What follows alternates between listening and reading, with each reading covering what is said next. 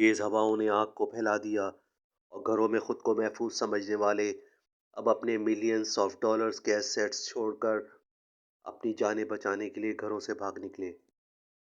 خوفناک کڑکتی آوازیں اور لال آسمان پر سفر کرتے دھوئے کے بادل بے رحمی کے ساتھ پھیل رہے تھے۔ گرمی کی شدت اور موت کے فرشتے کی مانند پیچھا کرتی آگ 23,500 ایکڑ کو جلا کر بھسم کر چکی تھی۔ یہ لاس اینجلس تھا، انتہائی ترقی یافتہ شہر۔ 12 جنوری کا ایک نہ بھلا دینے والا دن تھا جو لاس اینجلس کے مکینوں نے دیکھا۔ اس آگ نے 5,000 سے زائد عمارتیں جلا کر راکھ کر دیں۔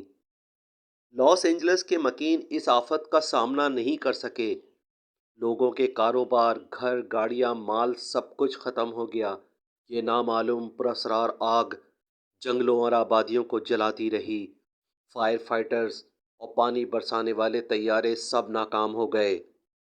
آئیے آج ہم آپ کو ان چند خاندانوں پر گزری آفتوں کا بتاتے ہیں جو متاثرین میں شامل ہیں۔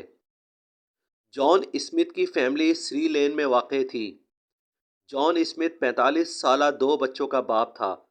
ان خوفناک لمحوں کا ذکر اس نے اس طرح کیا: اسمتھ کو کچھ سمجھ نہیں آ رہا تھا کہ وہ کیا کرے۔ دوڑتی ایمبولینسیں اور ہیلی کاپٹروں کی آوازوں کا شور اس قدر تھا کہ کانوں کے پردے پھٹ رہے تھے۔ اسمتھ نے اپنی فیملی کو کہا کہ اب وقت نہیں ہے، ہمیں اپنی جانیں بچانی ہیں۔ ضروری مختصر سامان انہوں نے اکٹھا کیا اور جلدی سے گھر کو چھوڑ کر باہر نکل آئے۔ جان اسمتھ کی بیوی سارہ اور 2 بچے گاڑی میں قیامت کے مناظر دیکھ رہے تھے۔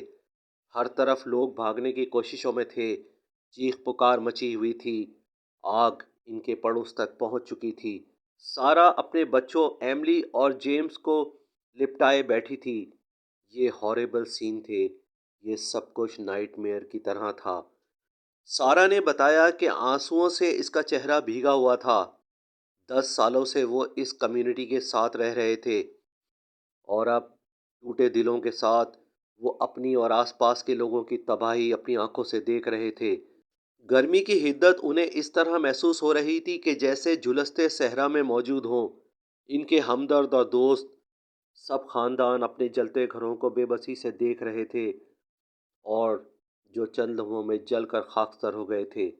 ایک اور فیملی گارسیا جو ٹویوپا ڈرائیو میں مقیم تھی، ان کا ایل پیٹی نامی ریسٹورنٹ جو 20 سال سے ان کی آمدنی کا ذریعہ تھا اور ان کے پیرنٹس نے اس کا آغاز کیا تھا، ان کی آنکھوں کے سامنے شعلوں کی لپیٹ میں تھا اور آگ نے بے رحمی سے اسے جلا کر راکھ میں بدل دیا۔ اس طرح کے بے شمار لوگ اور خاص کر رچ کلاس جو $2,000 گھنٹہ تک پرائیویٹ فائر فائٹرز کو دینے کے لیے تیار ہو گئے تھے کہ کسی طرح ان کی املاک کو بچا لیں۔ ہر کوئی سر دھڑ کی بازی لگا رہا تھا کہ کسی طرح کچھ نہ کچھ بچ جائے۔ خطرہ ابھی ٹلا نہیں، بلکہ تیز ہواؤں کا ایک سلسلہ اس آگ کو نہ جانے کہاں تک پھیلا سکتا ہے۔ یہ آگ کیسے لگی؟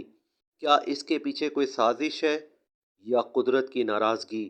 ابھی آگ لگنے کی وجوہات نامعلوم ہیں اور افواہوں کے سلسلے چل پڑے ہیں۔ کیا یہ سازش ہے یا اتفاق یا قدرت کا انتقام؟ کوئی نہیں جانتا۔ آگ بڑھے گی یا بجھے گی، لیکن لاس اینجلس پر چھائے دھوئیں کے بادل اب اس آسانی سے انسانوں کو دوبارہ یہاں بسنے نہیں دیں گے، اور اگر کسی نے بسنے کی کوشش کی بھی تو وہ دماغی امراض، ہارٹ اٹیک اور پھیپھڑوں کے کینسر کا شکار ہو سکتا ہے۔